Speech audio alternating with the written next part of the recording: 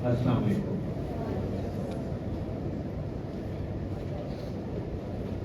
619 AD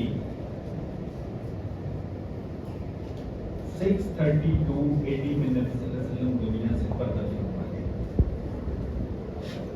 619 میں ان کے cousin کی پیدائش ہوتی ہے، عبداللہ ابن عباس رضی اللہ تعالیٰ. ان کی والدہ ان کو نبی صلی اللہ علیہ وسلم کے پاس لے گیا. آقا کریم صلی اللہ علیہ وسلم نے ان کے سر پہ ہاتھ رکھا اور ان کو دعا دی مفسر قرآن کی کہ یہ قرآن کے سب سے پہلے مفسر بنیں گے. نبی صلی اللہ علیہ وسلم جب دنیا سے چلے گئے تو 2 برس کے لیے ابو بکر صدیق رضی اللہ تعالیٰ عنہ خلیفہ رہے. آپ اندازہ کیجئے کہ اس وقت خلیفہ جن کی عمر 60-61 سال ہے، انہوں نے ایک ایسے بچے کو اپنا ایڈوائزر رکھا ہوا ہے جو 14-15 سال کی ہے، عبداللہ ابن عباس رضی اللہ تعالیٰ. کیونکہ نبی صلی اللہ علیہ وسلم کی دعا لگ گئی تھی. 2 برس کے بعد جب ابو بکر صدیق رضی اللہ تعالیٰ عنہ بھی چلے گئے تو حضرت عمر رضی اللہ تعالیٰ عنہ 34 سے 44 تک خلیفہ رہے. انہوں نے بھی ان کے اس پوزیشن کو مینٹین رکھا اور ان کو اپنا مشیر رکھا عبداللہ ابن عباس رضی اللہ تعالیٰ. اللہ کے نبی کہا کرتے تھے، سعد بن ابی وقاص رضی اللہ تعالیٰ عنہ کو قول ہے کہ عبداللہ ابن عباس will lead the scholars on the day of resurrection. ان سے پوچھا ایک صحابی نے کہ عالم کس کو کہتے ہیں؟ سنیے گا یہ کیوٹ سنیے گا. ان سے پوچھا کہ عالم کس کو کہتے ہیں؟ انہوں نے فرمایا کہ کثرت روایت کو یاد کرنے والا شخص عالم نہیں ہے. عالم وہ ہے جو اللہ رب العزت سے ایسا باطنی تعلق بنا جائے کہ خشیت الہی حاصل کر جائے. سمجھ نہیں آئی یہ خشیت الہی کیا ہے؟ انہوں نے کہا کہ وہ ذات جو انسان کی شہرت سے قریب ہے. انسان اپنا کوئی کنڈکٹ کرنے سے پہلے یہ سوچے کہ میرے اس کام کے کرنے اور نہ کرنے سے کہیں میرا خالق مجھ سے دور تو نہیں ہو جائے. یہ خشیت الہی. محمد علی صاحب نے بڑی خوبصورت باتیں دل کر رہا تھا وہ کرتے رہے.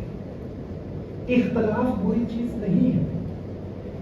اختلاف مکالمے کا حسن ہے. اختلاف سے جو چیز پیدا ہوتی ہے جس کو ہم نفرت کہتے ہیں یا عداوت کہتے ہیں وہ بری چیز ہے.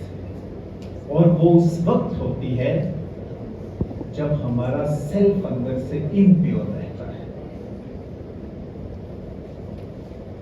اقبال کی ایک کتاب تھی، اس کا نام اسٹرے ریفلیکشن تھا. اسٹرے ریفلیکشن منتشر خیالات.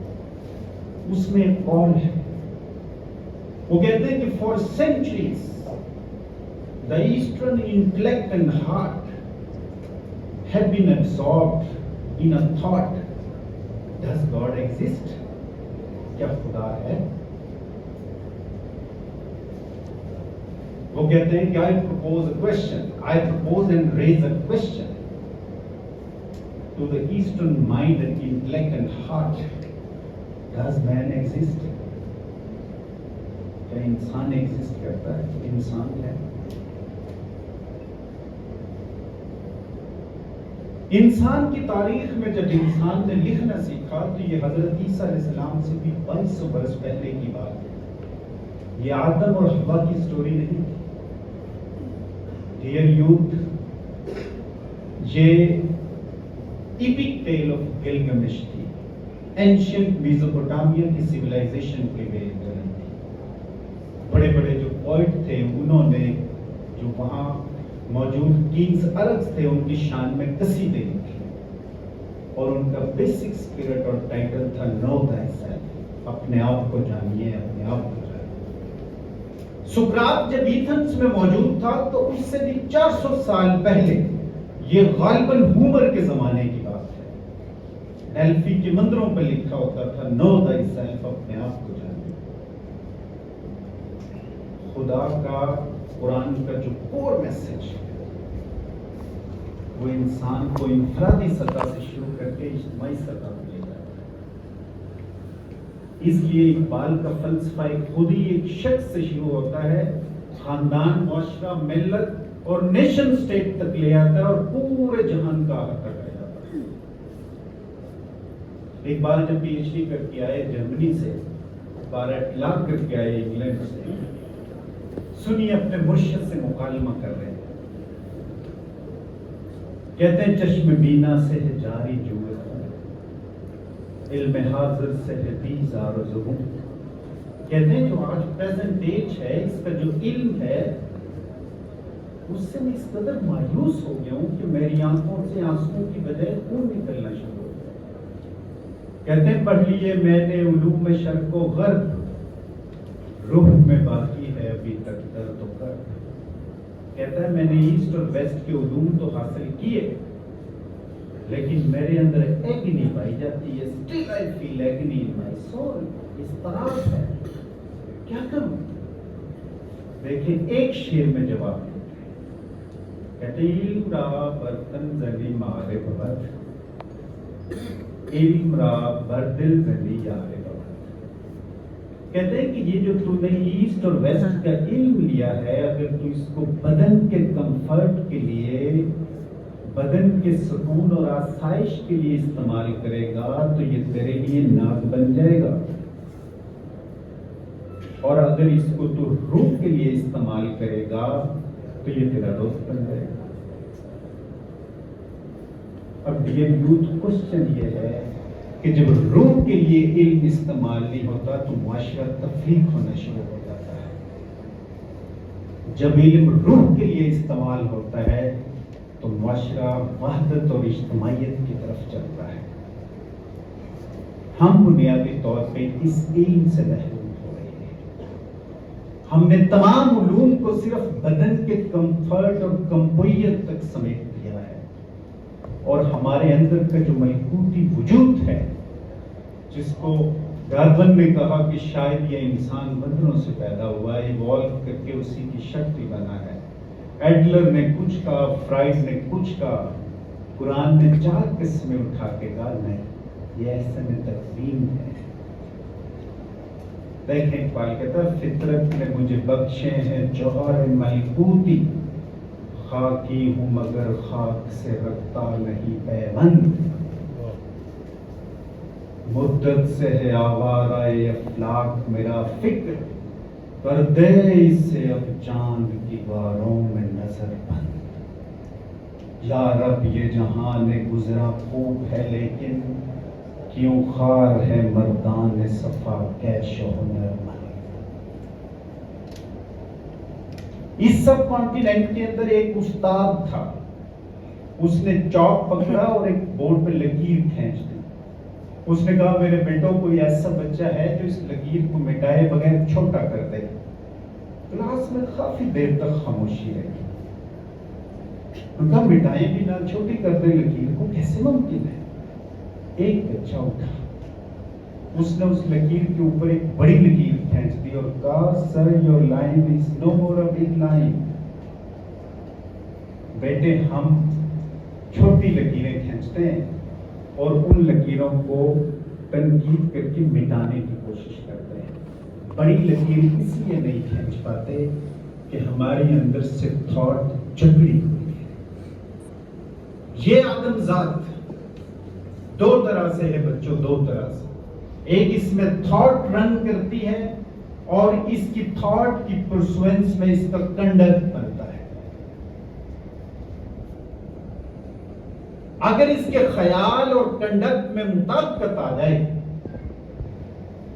تو اس کا کمال کا جو عمل ہوگا وہ ایکسیلنس پہ پہنچے گا۔ اگر اس کے تھاٹ اور کنڈکٹ میں مطابقت نہ ہو، ہارمنی نہ ہو، تو یہ اندر سے کچھ ہوگا اور باہر سے کچھ ہوگا۔ دس از کالڈ ڈویلٹی۔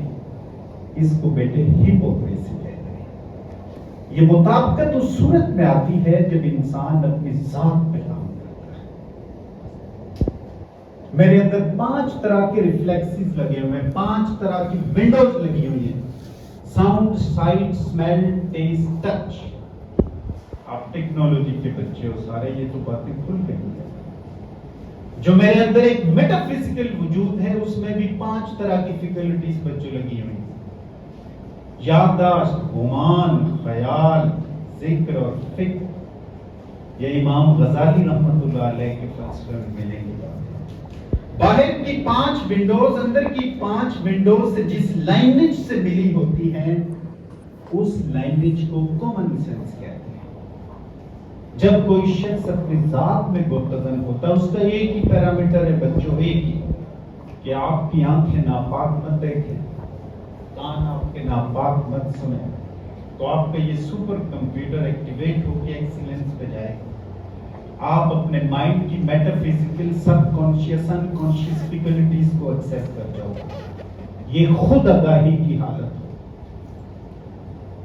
اب آپ کو قرآن سمجھ آئے گا، اب آپ کو لوگوں کے اختلاف کی ڈیپر ریزننگ سمجھ آئے گی، اب آپ کو وہ آیت سمجھ آ جائے گی جو محمد علی صاحب نے سٹارٹ میں پڑھی تھی کہ یا اللہ میرا سینہ کھول دے، میری زبان کی گرہ کھول دے۔ یہ حضرت موسیٰ علیہ السلام کی دعا تھی۔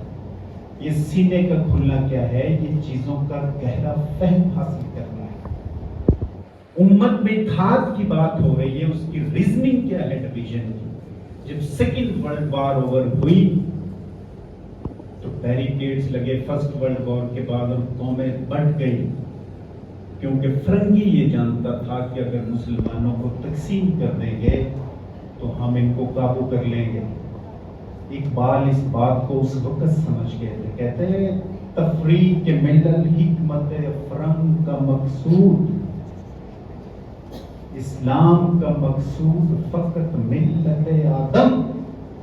کہتے ہیں فرنگی تو ملتوں کو تقسیم کر رہا ہے، علاقائی ریجنل ٹیریٹوریل جورسڈکشنز لگا رہا ہے۔ کہتا ہے اسلام کا مقصود تو وحدت ہے۔